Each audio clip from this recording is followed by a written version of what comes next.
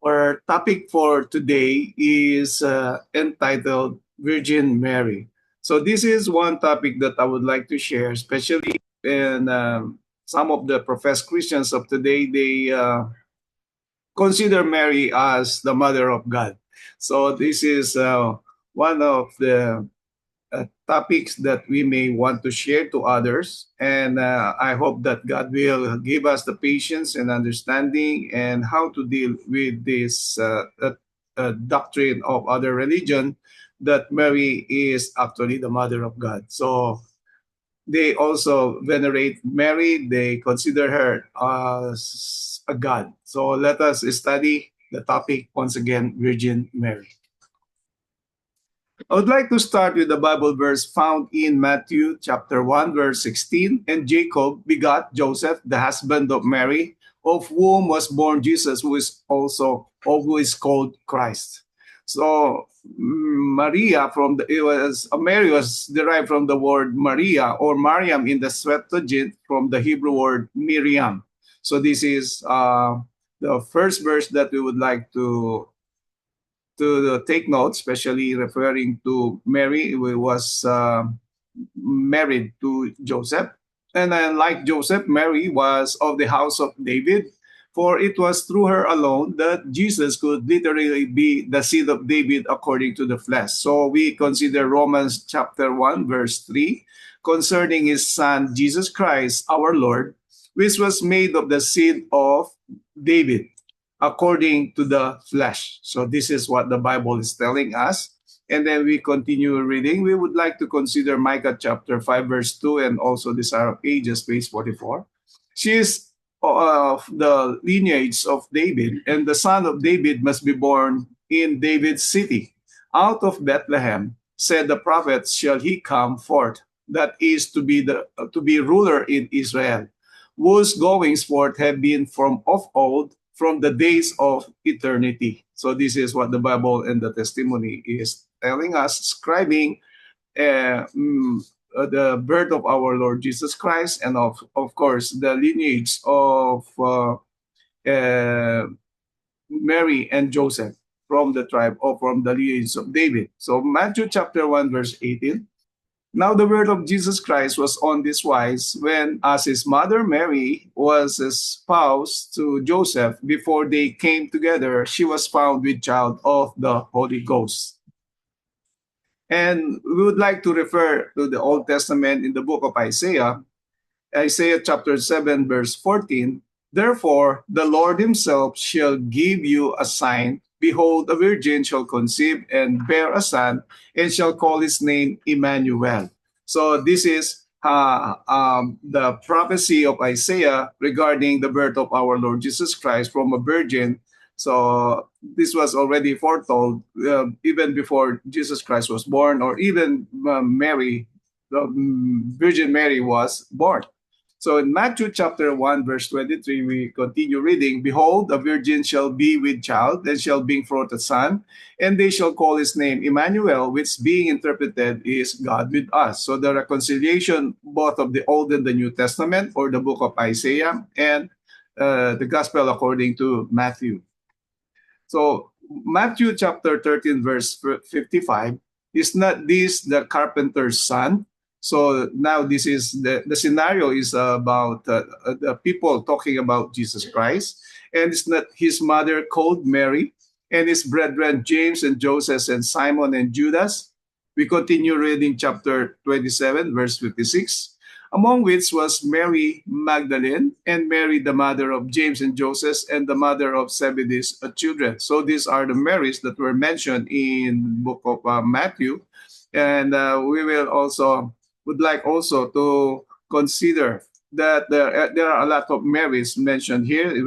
We have Mary Magdalene, the mother of James and Joseph, and of course, this is also the mother of Jesus Christ, which was mentioned in Matthew chapter 13, verse 55, and the mother of Zebedee's children. So this is how we consider the name Mary and also the person of Virgin Mary. We continue reading Elizabeth and Mary. Elizabeth and Mary are, of course, cousins. In Luke chapter 1, verse 24, and after those days, his wife Elizabeth conceived and hid herself 5 months. So this is when Elizabeth was about to, well, I was conceived, of course, John the Baptist, the cousin of our Lord Jesus Christ. So it was Elizabeth who was first pregnant before Mary, and they met at one instance in Luke chapter 1, verses 26 and 27.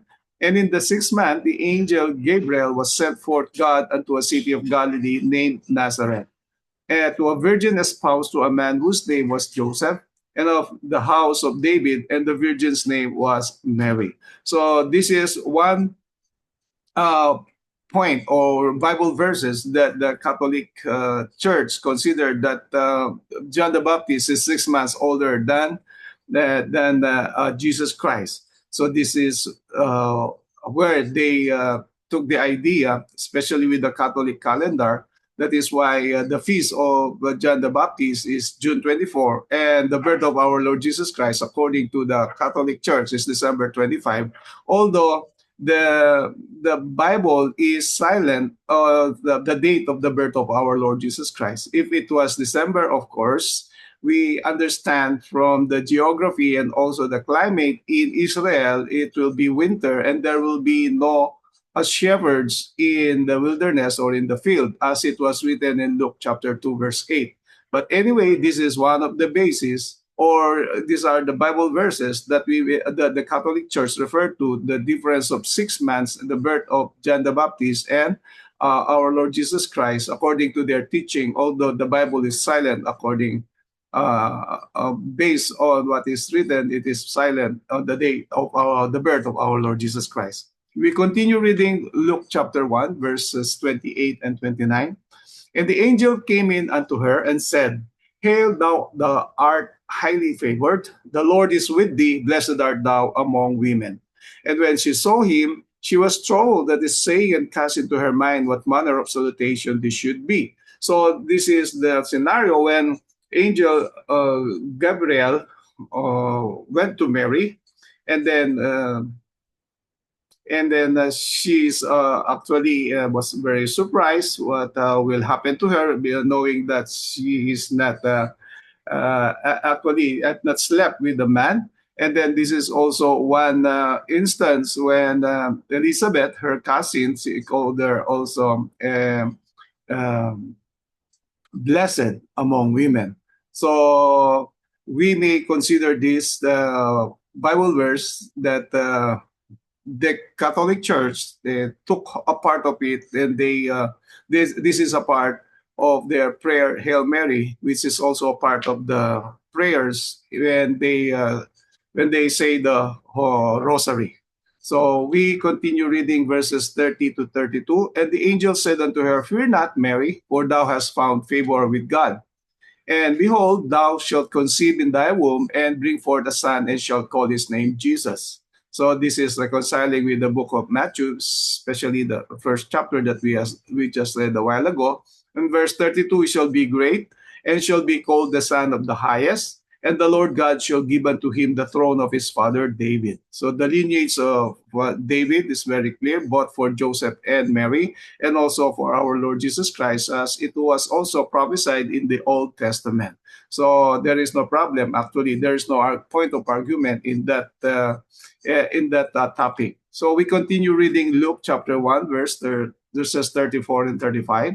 Then said Mary unto the angel, How shall this be, seeing I know not a man? So that is why Mary was very surprised when Gabriel, the archangel, also told her about this news. So we read verse 35, And the angel answered and said unto her, The Holy Ghost shall come upon thee, and the power of the highest shall overshadow thee. Therefore also that holy thing which shall be born of thee shall be called the Son of God. So this is the conversation again between Gabriel and Mary, and how how the Holy Spirit and also God the Father will work to Mary, so that there will be a conception of the Son of God, or our Lord Jesus Christ. So we continue reading the verses 36 and 37. And behold, thy cousin Elizabeth, she had also conceived a son in her old age. And this is the 6th month with her, who was called barren. So, for with God, nothing shall be impossible. So, Gabriel, the archangel, actually told Gabriel, the angel, told Mary that there is nothing possible with the God, and how He will work wonders both in the Old Testament, in the New Testament. We witness this in reading the Bible on how God can make the impossible things possible, because He is the supreme being, He is the creator, He is the also He knows everything, omniscient, omnipotent, and all powerful God. So all knowing, all powerful, and omnipresent God. So this is how God wants all the people, including the whole Christian community, understand His power as the supreme being, the creator and the redeemer, and also the on how He will convert people from being a sinner into a righteous one by believing in Him, and by the righteousness of our Lord will be able to obey His commands, that the image of God will be restored in man. So again, for with God nothing shall be impossible. So we continue reading verses 41 and 42. And it came to pass that when Elizabeth heard the salutation of Mary, the babe leaped in her womb, and Elizabeth was filled with the Holy Ghost. So these two women, two cousins, they both were under the influence or the working of the Holy Spirit. That is why they were both called blessed, although Elizabeth called Mary more blessed. And she spake out with a loud voice and said, Blessed art thou among women, and blessed is the fruit of thy womb. So, once again, this is a part of the prayer of the Catholic Church, of the prayer Hail Mary and Holy Mary. So then, this is what transpired in the book of Matthew and Luke, as it was prophesied in the book of Isaiah, and how it transpired, and it was clearly explained in the Bible, and how Gabriel went to Mary and talked to her, and explained to her what will happen, that the possibility that she will bear a son, even if she did not sleep yet to a man, with a man.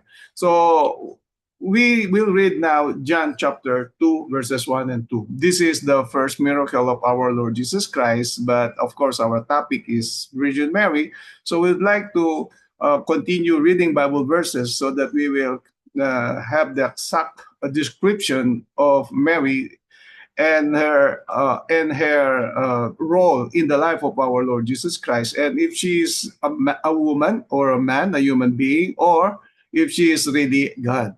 So, and the third day there was a marriage in Cana of Galilee, and the mother of Jesus was there, referring, of course, to Mary or Virgin Mary. And both Jesus was called and his disciples to the marriage. In verses 3 and 4, and when they wanted wine, the mother of Jesus said unto him, They have no wine. Jesus said unto her, Woman, what have I to do with thee? Mine hour is not yet come. So let us be reminded that in the time of our Lord Jesus Christ, when the son or any person will call a woman a woman, so this is actually a big respect to the woman. So of course, in our present time, if we will call a woman by the name a woman or a title woman, this is a very common a title or name. But if you will remember, when Jesus Christ was about to die, and John the beloved with Mary, the mother, and Mary Magdalene, in front of our Lord Jesus Christ, you remember what our Lord Jesus Christ, that she told Mary and John, Woman, behold thy son, and the son, behold thy mother. So this is how Jesus Christ addressed his mother. And during those days, once again, woman, the title woman, is a full of respect. Anyway, this Bible verse is telling us that Virgin Mary is a woman like other women, although she was addressed as a woman with respect by her beloved Son, our Lord Jesus Christ. So we would like to read Acts, the book of Acts, in Acts chapter 1, verse 13. And when they were come in, they went up into an upper room where abode both Peter, James, and John, and Andrew, Philip, and Thomas, Bartholomew, and Matthew, James, the son of Alphaeus, and Simon Zelotes, and Judas, the brother of James. This all continued with one accord in prayer and supplication with the women and Mary, the mother of Jesus, with his brethren. So this is the time after the death of our Lord Jesus Christ, after his resurrection, and after he encouraged the believers, especially the disciples, after 40 days here on earth, after his resurrection, and then they gathered together. And if we continue reading, there are very few that time, and yet they were in one accord. So the apostles, the believers, together with Mary, was still alive that time. They were in the upper chamber according to these Bible verses. So we continue reading in Acts chapter 4, verse 12. After reading the verses referring to Mary or Virgin Mary, the mother of Jesus, and the prophecies in the prophecy in the book of Isaiah, let us now read Acts chapter 4, verse 12.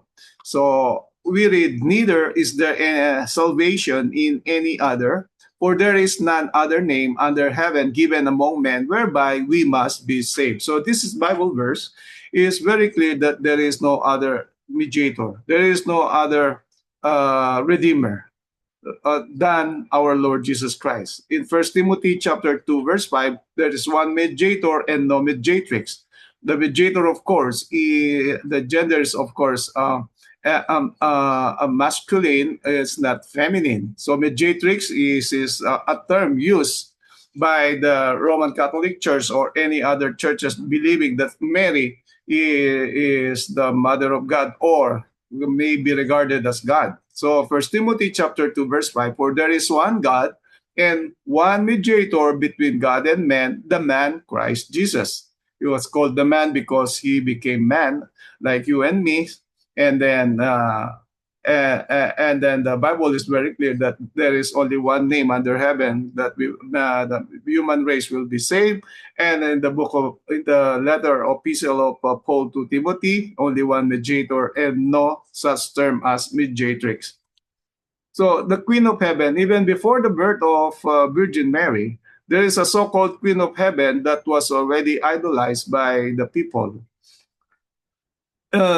Including Israel. So Jeremiah chapter 7, verses 18 and 19, the children gather wood, and the fathers kindle the fire, and the women knead their dough to make cakes to the Queen of Heaven, and to pour out drink offerings unto other gods, that they may provoke me to anger. So even before the time of the birth of Virgin Mary, there was already a goddess whom they considered to be an idol, of course, including Israel, that they prepare this cakes, they will knead dough, and then they will also put drink offerings like unto other gods, and then this is actually a provocation to anger to our God. So in verse 19, do they provoke me to anger, said the Lord? Do they not provoke themselves to the confusion of their own faces? You will notice that it was our Lord Jesus Christ who was speaking in this book of Jeremiah. So this is a provocation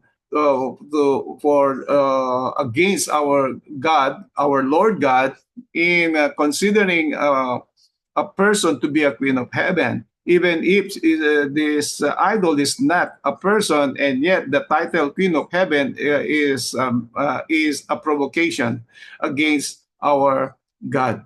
Especially, it was mentioned Lord. This is referring, of course, to our Lord Jesus Christ, the Son of Man, the Son of Mary, or the Son of Virgin Mary. So we continue reading Jeremiah chapter 44, verse 25.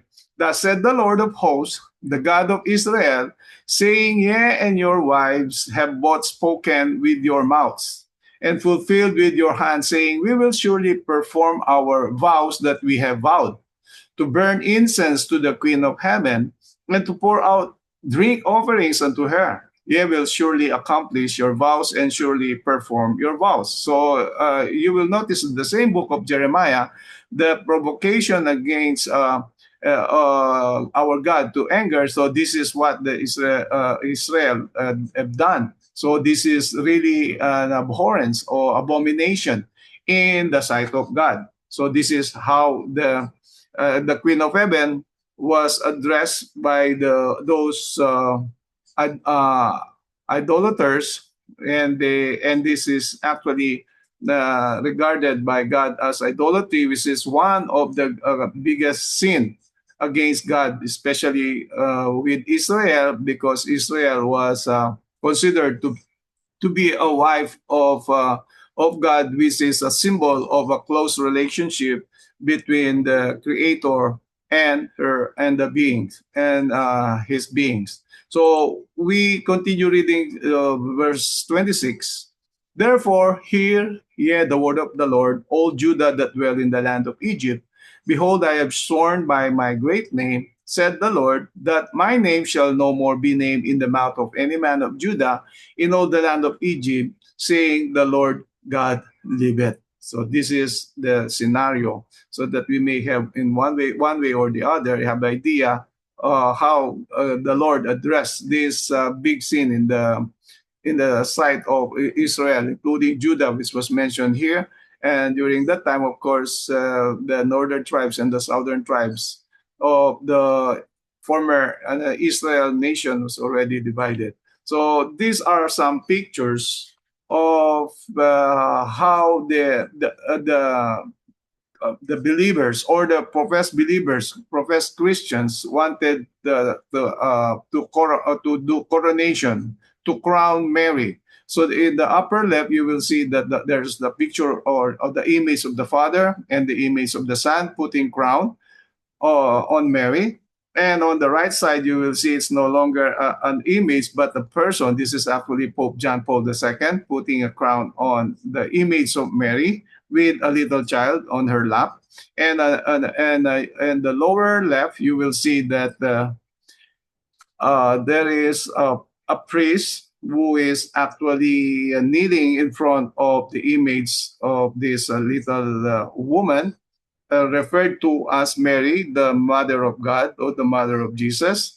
So this is actually in our present time. This is still happening, but if we will see when this happened or commenced, we will have this some pictures. So mother and child, when did it begin? So you will see these pictures. This is actually the picture of other religions, not Christian religion. They have the same image, the mother and child. On your left, and then on your right, you will see two different images or idols that have the same impression for us to have this mother and child as a part of the god or the goddess.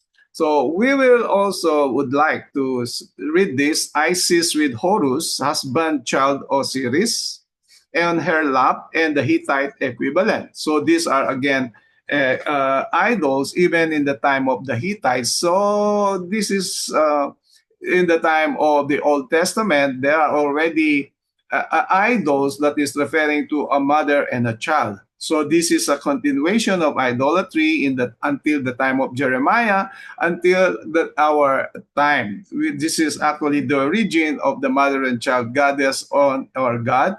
So we may come to a point or conclusion that this idolatry began many, many centuries in the Old Testament, even before the Virgin Mary, the mother of Jesus Christ, was born.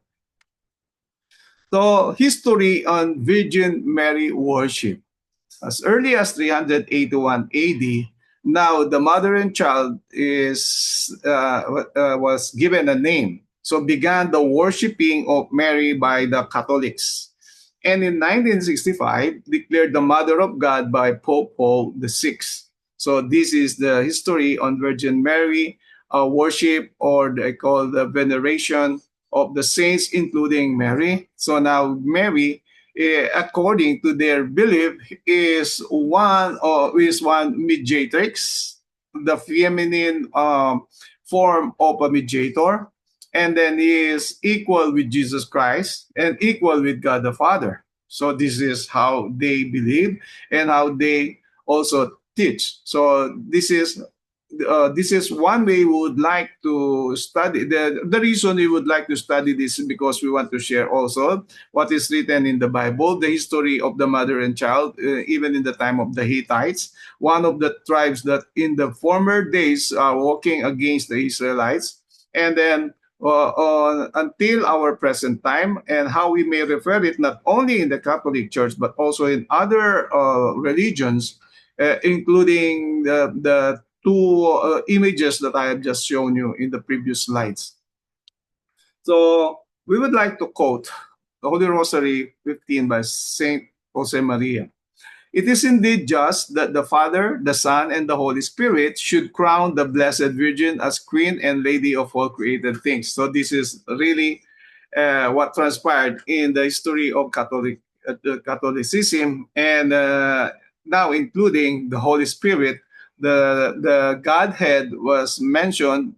So then the idea of the coronation of this of Virgin Mary as Queen and Lady of all created beings, or the Queen of Heaven, or the Mother of Jesus Christ, or the Mother of God. So this is a part of the book that was written by Saint Jose Maria. So he was called also saint. In the Bible, saints are alive. But in the present time, especially for the Catholics, the saints are all dead. So this is also an opposite of the teaching from the Bible, and also in the human dogmas or traditions or teachings. So we continue reading the Forge 555. Fill yourself with confidence. The mother we have is the mother of God, the most blessed Virgin Mary, the Queen of heaven and the earth. So the story of the book of Jeremiah was repeated.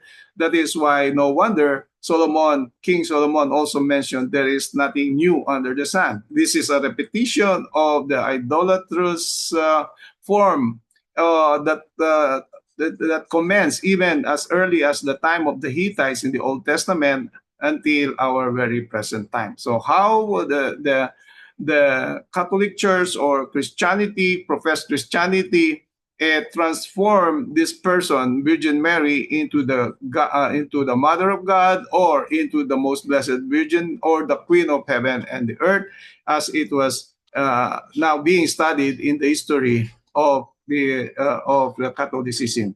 So we would like also to read this statement. Believe in in Mary as Queen of Heaven, obtained the papal sanction of Pope Pius XII in his encyclical Ad Caeli Reginam, in English, Queenship of Mary in Heaven, of October 11, 1954. It is also the fifth glorious mystery of the Rosary.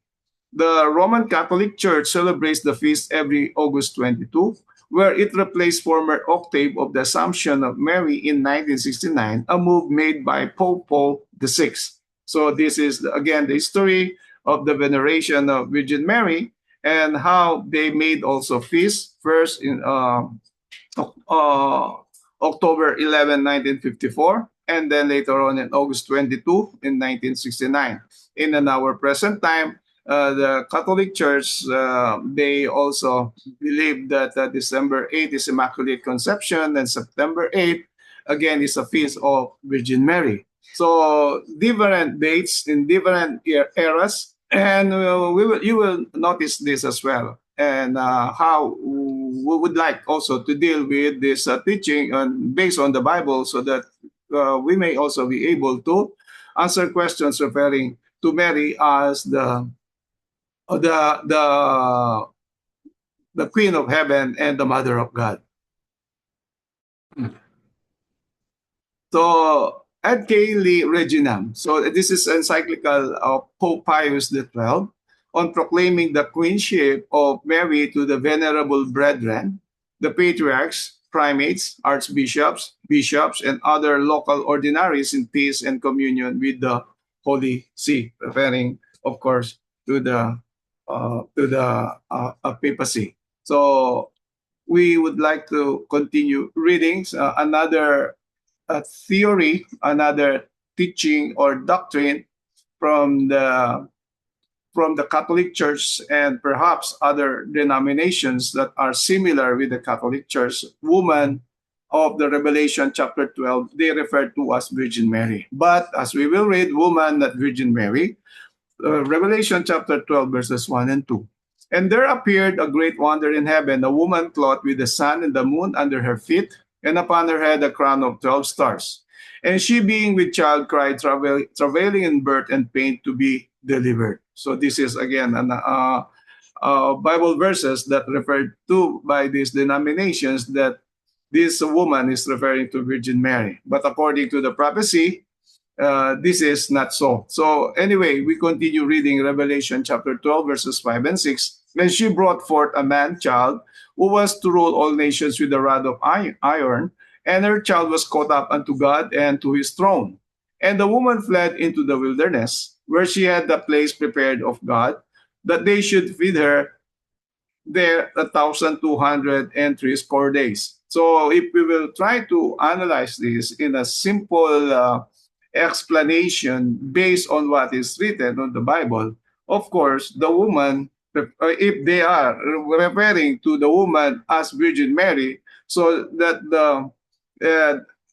that she would be fed for 1,203 days, or 1,260 days. Of course, the longest life, or the longest age that was ever recorded in the Bible is the life of Methuselah, which is 969. But if we will agree with the notion or the doctrine that this she or the woman in Revelation 12 is referring to Virgin Mary, so of course Virgin Mary did not live 1,260 days or years here on earth. So this is prophetical, this is not literal. That is why it is really not reconciling if we will refer this woman in Revelation 12 to Virgin Mary. And according to the Bible, a woman is referring to church. In Jeremiah chapter 6, verse 2, we may also refer to 2 Corinthians chapter 11, verse 2. So I have likened the daughter of Zion to a comely and delicate woman. So woman in Revelation chapter 12 is referring to a church and not a literal woman as was a part of the teaching of the Catholic Church and other denominations believing in Virgin Mary as the Mother of God or the Queen of Heaven. So this is very clear that the woman in Revelation 12 actually is referring to a church and not a literal woman who live for who was fed for 1,260 days. Of course, in the Bible, one day in prophecy is fulfillment is 1 year. That is why 1,260 days is actually 1,260 years. And we understand that very well, that that was the time of the Dark Ages from 538 AD to 1798. So, but anyway, this is how they would talk or discuss about the person of Virgin Mary, referring to the woman in Revelation 12. But we understand, based on what is written in the Bible, especially interpretation of prophecy, a woman is a church. And it will be very impossible if Virgin Mary lived for 1,260 years. Assuming that there is only 1,260 days, there is no such um, history wherein Mary was alone and was fed for 1,260 days in the wilderness. So that is a misinterpretation of the prophecy of Revelation chapter 12. So this is the end of our study for today, dear brothers and sisters. May God help us to understand this, and maybe we may be able to share this with humility and clarity, and so that we may also share the truth as it is written in the Bible. So God bless us all in Jesus' name. Amen.